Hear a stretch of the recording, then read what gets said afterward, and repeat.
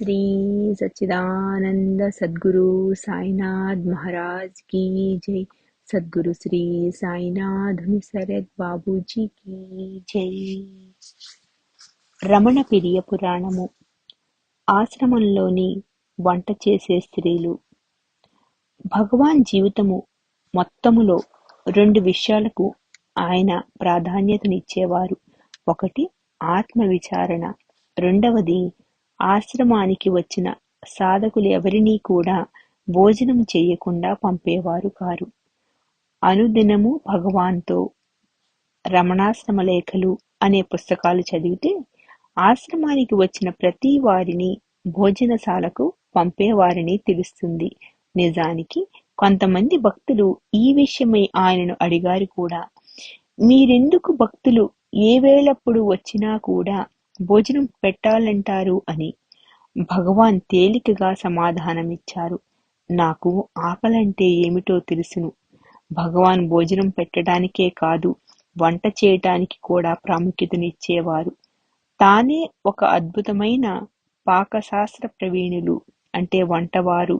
తరువాతి కాలంలో స్వామి త్రివేణిగిరి అని పిలువబడ్డ సాధు సుందరం భగవాన్కు వంటగదిలో సహాయకుడిగా ఉండేవారు. ఆయన ఇలా చెప్పారు: భగవాన్తో కలిసి వంటగదిలో పనిచేయటం కేవలం వంట చేయటమే కాదు, నిశ్చయంగా ఒక విధమైన ఆధ్యాత్మిక సాధనయే అని కాలక్రమేణా నేను గుర్తించాను. భగవాన్ వంటగదిలోనికి ప్రవేశించి వంట పనులలో పాల్గొనటం ద్వారా నేర్పిన విలువైన పాఠం ఏమిటనంటే, మనము దైవ నిర్ణయంపైనే పూర్తిగా ఆధారపడి దానికే కట్టుబడి ఉండాలి అని. పూర్తిగా శరణాగతి చెంది దైవ నిర్ణయానికి తల ఒగ్గటమే అనుగ్రహమంటే. కొద్ది రోజుల పాటు వంటగదిలో సహాయకునిగా పనిచేసిన అన్నామలయ స్వామి ఈ విధంగా గుర్తు చేసుకున్నారు.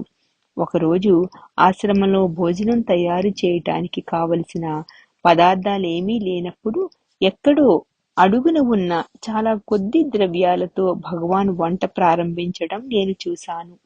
వంట పూర్తయ్యే లోపల అరుణాచలేశ్వరుడు కావలసినవి పంపుతారని ఆయన నమ్మకం. ఆ రోజు ఉదయం 5:30 గంటలకు భగవాన్ ఒక గుప్పెడు నూకలను శుభ్రం చెయ్యసాగారు.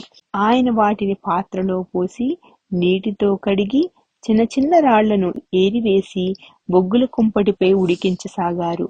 నాకు ఆయన చేసే పనులు వింతగానూ అర్థం కాకుండానూ ఉన్నవి. ఎందుకనంటే అది ఒక్కరికి కూడా చాలదు. ఆ నూకలు ఉడికేటప్పటికీ ఒక భక్తుడు 2 లీటర్లు పాలు తీసుకుని వచ్చారు. నూకలు ఉడికిన తరువాత భగవాన్ ఒక పెద్ద పాత్రను పొయ్యి మీద పెట్టి నూకలు పాలు కలిపి ఉడికించడం ప్రారంభించారు. మరికొన్ని నిమిషాల తరువాత మరొక భక్తుడు ఎండు ద్రాక్ష, పటిక బెల్లము పట్టుకుని వచ్చారు. భగవాన్ వాటిని కడిగి ఆ పాత్రలో వేశారు. 6:30 అయ్యేసరికి కుంభకోణం నుండి కొందరు భక్తులు వస్తూ వారితో పాటు ఒక పెద్ద పాత్ర నిండా ఇడ్లీలు, చట్నీ, వడలు, ప్రత్యేకమైన కొండ అరటిపళ్ళు, అరటి ఆకు డొప్పలు తీసుకుని వచ్చారు. భగవాన్ చేసిన పాయసాన్ని తినటానికి ఈ అరటి ఆకు డొప్పలే అవసరమయ్యాయి.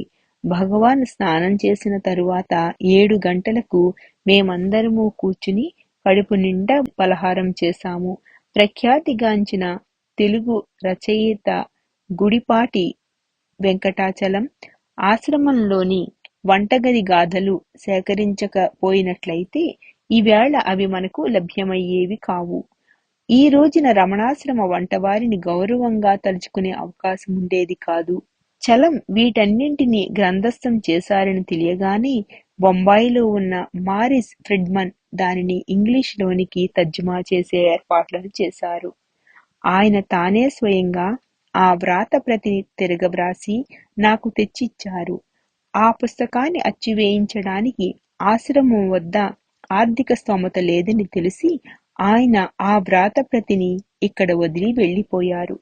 1979-80 మధ్యకాలంలో భగవాన్ జన్మ శతాబ్ది ఉత్సవం జరపదలిచి నన్ను భారతదేశం మొత్తం తిరిగి భక్తులను కలిసి నిధులు సేకరించడానికి పంపారు. డబ్బు ప్రోగు చేయటానికి ఒక జ్ఞాపిక పత్రికను తయారు చేసి దానిలో వాణిజ్య ప్రకటనలకు గాను దాతల నుండి చందాలు సేకరించడం ఒక మార్గంగా ఎన్నుకున్నాము. నా స్నేహితుడు గొప్ప వ్యాపారవేత్త అయిన టిఎస్ నాగరాజన్ అనే ఆయన పత్రికను అచ్చివేయటానికి ముందుకు వచ్చారు కానీ దానికి తగినన్ని వ్యాసాలు లేవని కనుగొన్నారు. పాత పుస్తకాలలో వెతకమని నేను ఆయనను కోరాను. మారిస్ ఫ్రిడ్మన్ వదిలిన వంటశాల గాథల వ్రాతప్రతిని మరిచిపోయి ఆయన వాటిని వెతికి ఆ పత్రికలో అచ్చివేశారు. నేను చలము మారిస్ ఫ్రిడ్మన్, ఎస్ నాగరాజన్ గార్లకు నా కృతజ్ఞతలు తెలుపుకుంటున్నాను. ఎందుకనంటే వారి వల్లనే ఈ సామాన్యమైన ఆశ్రమ వంటవారి జీవితాలు వెలుగులోకి వచ్చాయి. పాఠకులు వాటిని కేవలం కథలో, సంఘటనలో అనుకొనరాదు. అవి భగవంతునితో సహజీవనం చేసిన వారు చెప్పిన అనుభవాలు.